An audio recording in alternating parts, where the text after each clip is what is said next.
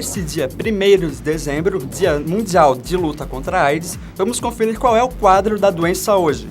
De acordo com dados do Ministério da Saúde, o número de infectados no Brasil é de aproximadamente 530 mil. A falta de informação ainda é apontada como um dos principais problemas envolvendo a doença, assim como o preconceito em relação aos portadores do vírus HIV. É sobre isso que vamos falar no Viva Voz de hoje, que já está no ar pela Rádio Univale FM e também pela TV Univale. Comigo na apresentação, o também acadêmico de jornalismo, Rodrigo Rodrigues. Boa tarde, Rodrigo, tudo bem? Boa tarde, Edson. Boa tarde a você que acompanha o Viva Voz pela rádio e também pela TV Univale. Lembrando que para você entrar em contato conosco é fácil pelo nosso e-mail, vivavozunivale@hotmail.com, e também nossa página no Facebook, facebook.com/vivavozunivale.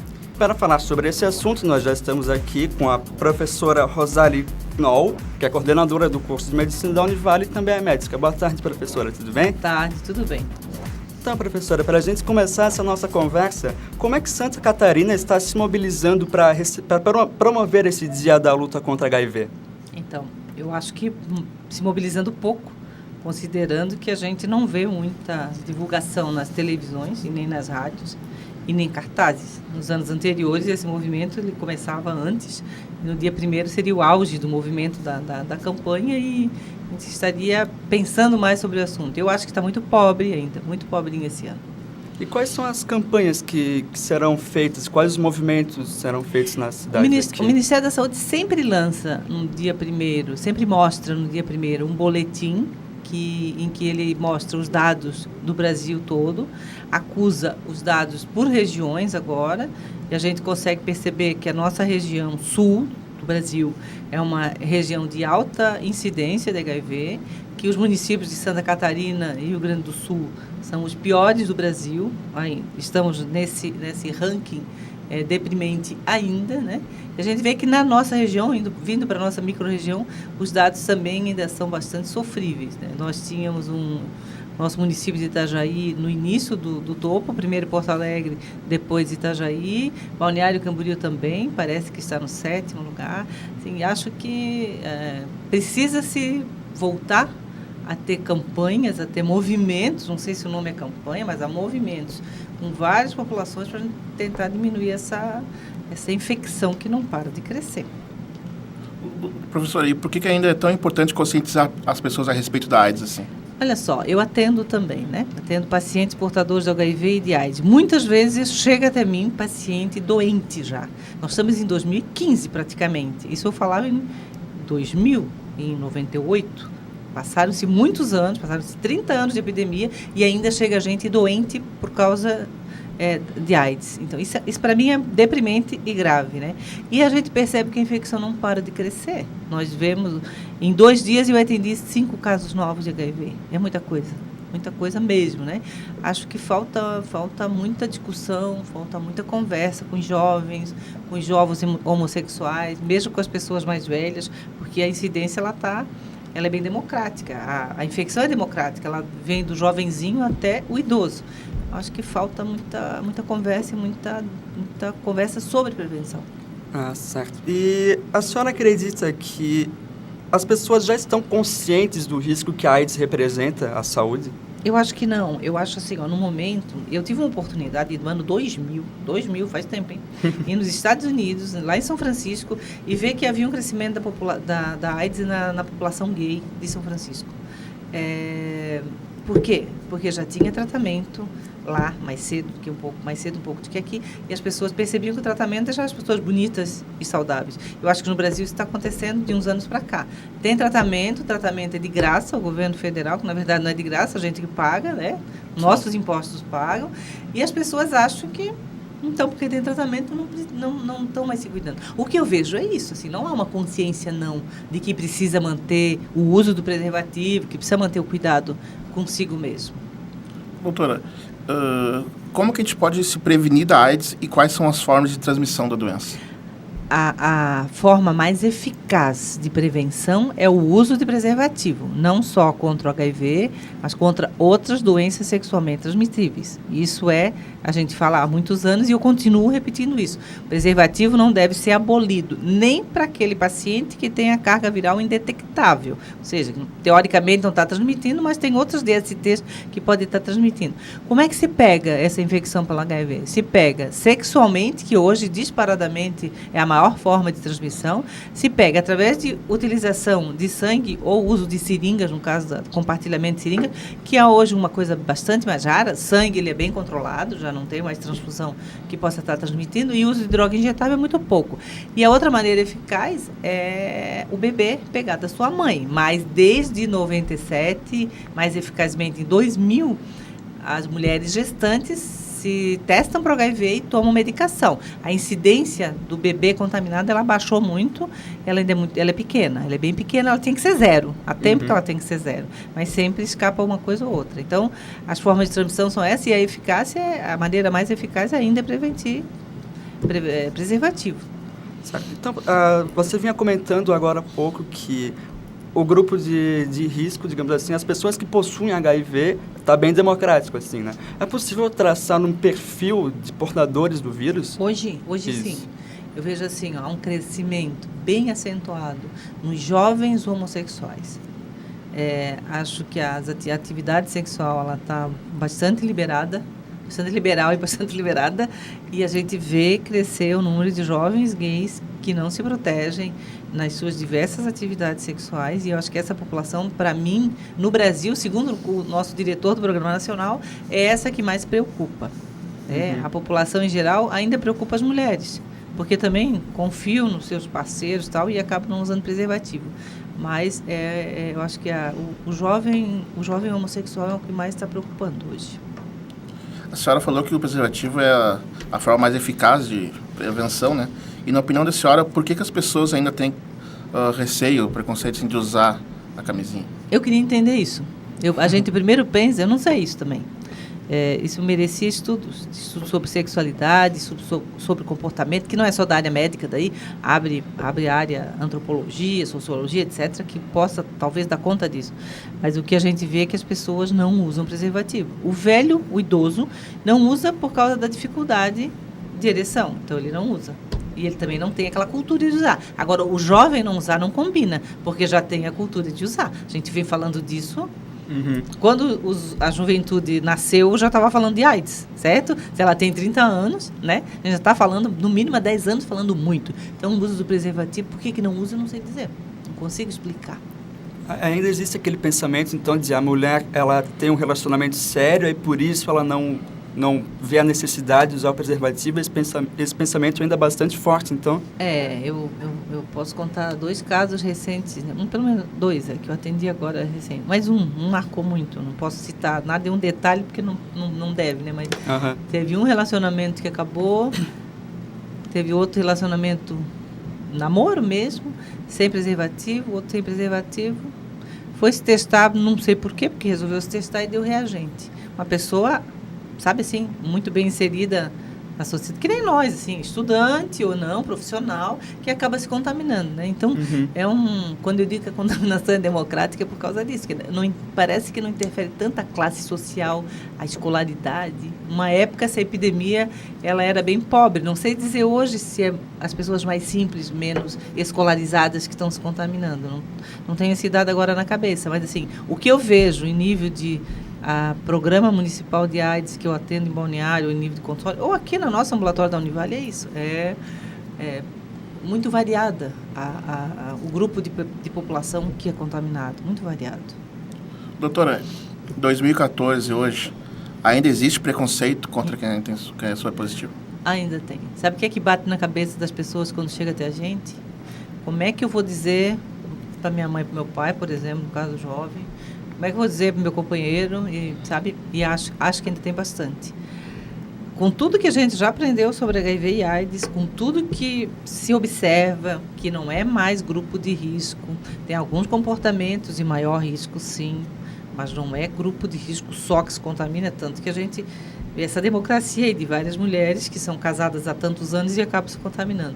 Ainda tem preconceito. Cabe, eu acho, já que a gente está aqui, né, falar que só se pega HIV nas atividades sexual desprotegida, se compartilhar seringas e agulhas e quando se está grávida, né? Então, assim, passar para o seu filho. Então, não tem jeito, não tem risco, não tem maneira de se contaminar num abraço, num beijo, numa atenção que se dê para uma pessoa, né? Não tem, num afago. E isso é muito necessário. Quando se adoece, quando se tem um problema, a gente quer afeto. A gente quer alguém junto para ajudar a nos cuidar, né?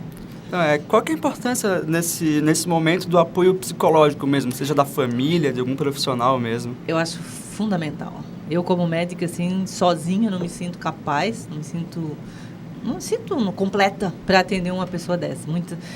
Quase que sempre a gente quer alguém da psicologia com a gente, alguém da enfermagem, alguém que possa estar junto ajudando. O apoio psicológico, o entender o que está acontecendo, o bom atendimento, já tem muitos estudos que mostram que isso vai fazer o indivíduo levar uma vida de melhor qualidade e vai fazer o indivíduo se tratar certinho. A falta de relacionamento, a falta de apoio, ele acaba relaxando mais. Cientificamente comprovado isso, né? Doutor, e de que forma é possível saber se uma pessoa está com vírus? Só o exame, assim? A primeira forma é você pensar, tipo assim, tem uma relação desprotegida, uma relação pode ter se contaminado, independente com quem você teve essa relação. Não está na testa de ninguém, não tem nada dizendo que o fulano tem isso ou tem aquilo. Então, né, a maneira mais eficaz é fazer o exame. Então, teve alguma relação desprotegida, alguma situação de risco, rompeu uma camisinha num namoro, alguma coisa, vai fazer o teste. Demais, o que a gente pode pensar, assim, aquela pessoa que emagreceu sem esperar, sem fazer dieta para emagrecer, aquela pessoa que tem muita queda de cabelo, aquela pessoa que tem várias pneumonias, aquela pessoa que tem adoecido, que tem adoecido, que não é o perfil, por exemplo, de uma pessoa jovem ou meia idade, está adoecendo sempre.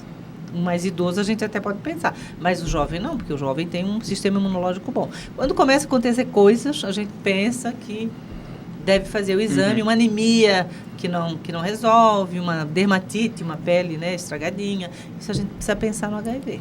E ainda são comuns os casos de pessoas que vão procurar auxílio médico e já têm uma doença há algum tempo e não tenham percebido? Muitos.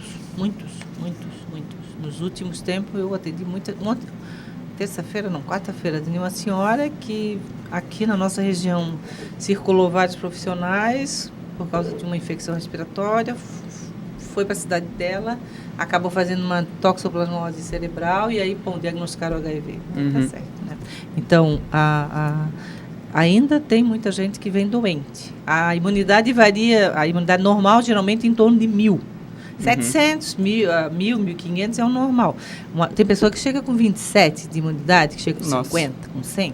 Isso é bastante comprometido. A senhora atende no seu consultório as pessoas com AIDS, né? Essa procura de pessoas com vírus tem aumentado ou diminuído na sua visão? Para ti ter ideia, eu acho que tem aumentado. Para tu ter ideia, nessa semana, entre eu e uma colega que trabalha comigo, aqui na Univale, eu não sei, que eu não conversei com meus colegas, mas assim, a gente teve 9 casos novos. Nós atendemos 9 casos novos em uma semana. É um caso por dia, mais de um caso por dia. Isso é muito grave. Isso é muito alto, muito alto, muito alto. Agora que se aproxima o dia 1º, agora que a gente está lutando, falando disso de novo, da luta contra a AIDS, as pessoas se ligam, certamente quem está nos ouvindo vai pensar, onde eu vou fazer exame, que vai querer fazer exame, porque teve uma situação de risco, né? Então, agora, geralmente dá uma subidinha, porque as pessoas são mais alertas. Então, na verdade, campanha vale a pena fazer, porque você fica com aquilo na cabeça, tentando pensar no assunto e resolver isso de uma vez. Certo. E então, por isso, talvez em épocas longe dessas campanhas, assim, o número de casos aumenta, então, né? Porque a pessoa não fica pensando no assunto, acaba não se testando, né? Mas acho que nós temos um ambulatório aqui na Univale, né? Que quem tiver o vírus e quiser ser atendido aqui, pode ser atendido aqui. Tem um ambulatório municipal de Itajaí, de Balneário. Tem vários serviços hoje na região, sabe? É só... O medo maior é o preconceito, né? Eu atendo gente de muitos municípios que não é daqui. De fora, de Brusque, de Joinville, de Floripa, até fora daqui. Por quê? Para não ser visto nas suas cidades. Esse é o medo, né? Numa cidade pequena, isso realmente fica uma duvidazinha, né? Será que vão saber? E aí não quer vir um serviço que é muito visto, né? Ah, entendi. Então agora a gente vai para um rápido intervalo. A gente está aqui conversando com a médica e coordenadora do curso de medicina da Univale, Rosali Knoll. A gente volta já já. Já estamos de volta no Viva Voz, hoje conversando sobre o Dia Mundial de Luta contra a AIDS, conversando com a coordenadora do curso de medicina da Univale, médica Rosali Knoll. Então, a gente vinha conversando no intervalo a respeito do papel dos governos nessa questão de prevenção. Como é que você avalia isso aqui, baseado na tua experiência? Eu hoje acho que a prevenção foi bastante esquecida, foi relegada a segundo plano. O que é de assistência, exames complementares, exames de carga viral e CD que a gente faz e medicamento, tem acontecido normalmente, regularmente, sem problema. Mas o que é de prevenção, eu acho muito pobre ainda. Acho que já teve momento da epidemia no Brasil que foi muito provocado as questões em relação à prevenção, em que as populações de maior risco naquele momento eram atendidas e eram conversadas e tinha preservativo o tempo inteiro. Hoje eu acho que isso está bastante relaxado. Na minha opinião, os secretários e prefeitos podem ficar chateados, mesmo o governo chateado. Eu acho que a gente tem que investir muito mais pesado. Inclusive nós na universidade. Vou fazer a nossa culpa, porque eu acho isso no ano que vem tem que acontecer. Esse ano acho que a gente está muito atarefada, e eu gosto disso, da área, tanto que estou aqui, né? A gente precisa trabalhar nisso, bastante, e juntar as forças, juntar comunicação, juntar design, juntar saúde, juntar ciências sociais, para fazer um trabalho grande de prevenção dentro da universidade. Nós temos uma população de quantas mil pessoas, né? Uma baita oportunidade de a gente discutir o assunto e fazer prevenção. Doutora, quando a pessoa é contaminada, ela fica com medo, pensa que vai morrer e tal. Com os coquetéis, assim, é possível ela morrer de velhice e não pelo vírus? A epidemia tem 30 anos, então eu vou dizer que eu acho que sim, que é impossível ela morrer de velhice, né? Hoje a gente, assim, quem tem diagnóstico, quem se trata há anos, eu tenho pacientes de mais de 20 anos, por exemplo, de tratamento. Essa pessoa, o que ela pode ter de diferente, que atrapalha um pouquinho, são efeitos adversos do medicamento. Tipo, alguma coisa de colesterol alterado, nesse gênero de assuntos que a gente está mais preocupado hoje, como efeito colateral, do que morrer pelo HIV. Eu digo que não existe mais. Atendi um menino que também é estudante agora, recente, e eu dizia, disso tu não vai morrer, pode esquecer que morrer é difícil, não adianta tu querer forçar, porque tu não vai morrer, porque não se morre mais por causa do HIV, desde que a gente não queira, né? Se a gente usar bastante droga, festar o tempo inteiro, beber um monte, talvez aí consiga se detonar um pouco, mas se não, não. Então é possível ter uma vida saudável. Esse medo de que se a pessoa tiver AIDS, ela acabou com a vida dela, é infundado, sim, Isso né? não é mais a nossa fala há muitos anos, né? O que a gente percebe são pessoas em qualquer faixa etária, vivendo com qualidade, vivendo, sabe, como qualquer pessoa que não tenha nenhum vírus, nenhuma outra doença, fazendo o quê? Tentando estabelecer uma vida saudável. Alimentação mais adequada, exercício físico, ingestão de líquidos e tomar o remedinho, o coquetel que tem que tomar. Mas a vida é absolutamente normal. E quais são as principais limitações para quem tem AIDS? Por exemplo, se eu falar com um velho, um idoso, ele vai dizer que não tem nada de problema, porque ele já toma remédio mesmo, ele já toma um monte para pressão, para o coração, então ele não se incomoda. Se eu falar com um de vocês, uma turma dos 20, poxa vida, 20 anos não é a idade de tomar remédio, então tomar remédio aos 20 anos talvez seja uma dificuldadezinha. Eu falo bem assim, porque é assim que eu converso com eles. O que a gente faz hoje? Inclusive, usa medicamento em dose única diária. Tem muitos estudos que mostram que ele é eficaz. Eu tenho feito isso há alguns anos já com meus pacientes. Toma um remédio, que hora é melhor para ti? De manhã ou de noite? De noite. Então tá, chega em casa, toma as tuas baguinhas e vai fazer o que tem que fazer. Pronto, acabou. Sabe, minimiza o problema, porque não adianta nós ficar chorando pitanga, como eu digo, porque não adianta. Nós temos um problema na nossa frente e a gente tem que aprender a tratar dele, a lidar com ele. Pronto. O que é? Compara o uso do antiviral, do coquetel, ao uso de vitaminas que a turma toma na academia, certo? Às vezes eles tomam um punhado de vitamina, eu vou dar 4, 5 comprimidinhos. Então é uma analogia boa de fazer com o nosso paciente, né? Certo. E quais são as consequências depois desse tratamento? Você já tinha comentado a questão do colesterol, alguns efeitos colaterais, assim, mas... A consequência pior é aquela pessoa que não toma remédio regularmente. Essa é dramática. Por quê? Porque o vírus se torna resistente. Quanto mais resistente o vírus, mais complexo vai ser o tratamento. Então, essa eu acho que é a principal problema que o mundo tem.